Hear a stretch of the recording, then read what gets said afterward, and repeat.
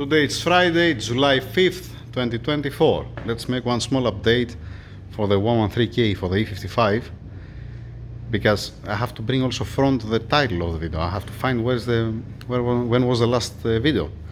Now, I was waiting for the drill bit, okay, this one,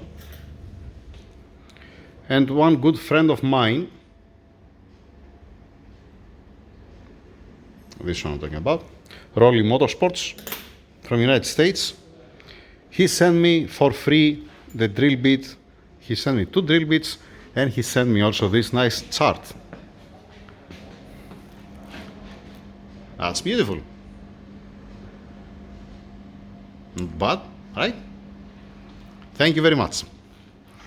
Then I called my friend and I said to him, because I give him I give him this as a sample, and I give him also one of these pins with him to find for me the correct drill bit, but he was not successful. He didn't find it. Now what I did, obviously, I cut one piece of the nylon and put the masking tape. I put the new gear here in place. All right, then I put the damper pulley, I put the Woodruff key that has for this one, and I start drilling the crankshaft. After I drill the crankshaft, boom, we're done. Back in business.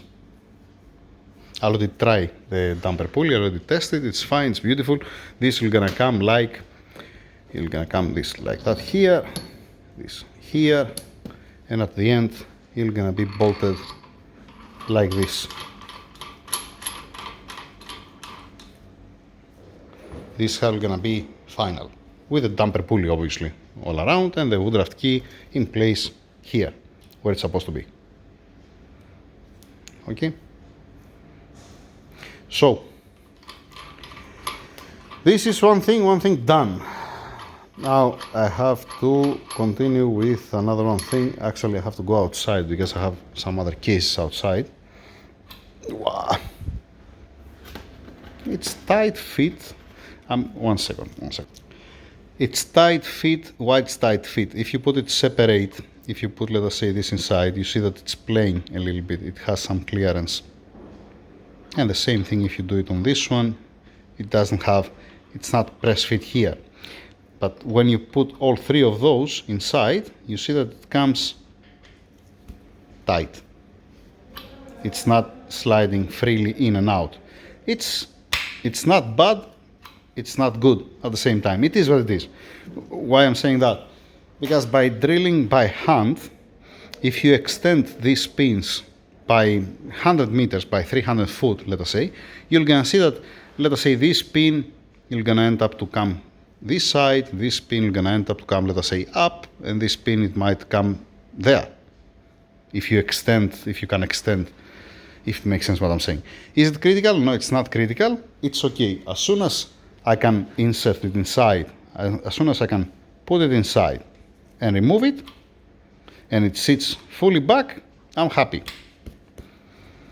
I mean, if you put the crankshaft, if you hold it on a CNC and it comes a CNC machine and drill it inside, it's gonna be much more precise. After that, you're gonna talk about a run out in 1 kilometer, as an example. But now by hand, you're talking about a run out in 100 meters, if it makes sense. So, one headache less.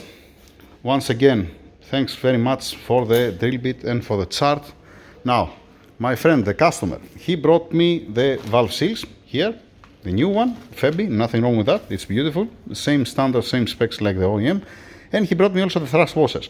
These 2 are the lower thrust washers, they're used one, you see how it looks like. The other 2, the upper one, I have already installed it, but I'm gonna remove it, it's not a big deal, it does have a lip, you don't have to remove the crankshaft, that's why I didn't torque down this cap. I haven't torqued down any, actually, I just put the bolts in place, and it's not been torqued down, none of them. Just this one, it's not even been driven in the bolts, all right, because I have to change the thrust washers. So, the dimensions, the thickness, dimensions, everything, it's exactly the same, left and right. What's the catch? Why this is more bright and this is more dark? Because this is Mercedes, original, You see the Mercedes logo on it and the part number? This is Mercedes OEM, all right? And this one, it's not. This is the ACL. Okay? But, like I said, it's exactly the same thickness, exactly the same dimensions, nothing wrong. This, it might be a bit better quality than this one. I might be wrong, I'm just saying, all right? What I'm gonna do, I will not gonna do this. I'm not gonna put one lower and one upper, one Mercedes and the other on ACL, and the same thing from this side. What I'm gonna do, I'm gonna use it like this. Upper and lower, other way around. Upper and lower ACL, upper and lower Mercedes. Now, why the team brought me all Mercedes or all ACL? Don't ask me, because at the beginning I received only these two, and I said to my friend that, you know what, I need 4 thrust washers in total. And then he brought me this. He found Mercedes, it's fine. As soon as the dimensions are the same, I'm happy. Plus, keep in mind that it's not with a clutch. It does have a push plate. It has the torque converter. It has a flex plate and torque converter. So they're not crazy forces that they're forcing the crankshaft front, if it makes sense.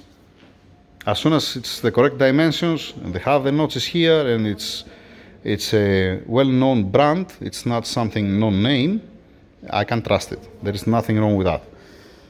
Lovely. Yeah. So, finish with the thrust forces, finish with the seals, the valve seals that I already received. Okay, we're still waiting for the head bolts.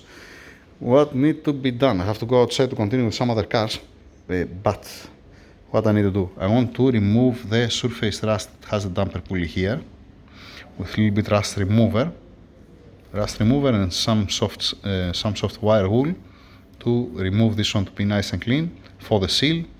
And okay, here it's not sitting anything, it's not stepping anything, but I'm gonna, with one way or the other, I'm gonna remove also the rust from here, to look nice. That don't have this surface rust. All right, this is fine, this is fine. Another one question. Bolt torque specs. It says here for the hub bolts, 20 foot-pounds, the hub bolts steel threads, 30 foot-pounds, and it says pulley bolts, aluminum threads, 25 foot-pounds. For any other fastener torque specs, please call Innovator West at this number. The thing is, the main bolt, I cannot stretch it. This is a 10.9 grade bolt. I cannot stretch it like the OEM. This I have to investigate a little bit. I have to search about it, because what's happening? You have, okay, it steps here. I have also lubrication with that. And steps there, and you're not gonna be right to torque it down to specs like you have the OEM bolt, if it makes sense. One second, for now, let's keep this on, just in case. Because, why I'm saying that? Because if you have the 3 pins and you hit it with something, you're gonna bend it or you're gonna crack it. Most probably you're gonna snap it. But like that, there is no problem, it's much more protected, just in case. Keep it like this, there's nothing wrong with that. So, what else? I need the torque specs for the bolt, like I said. Okay.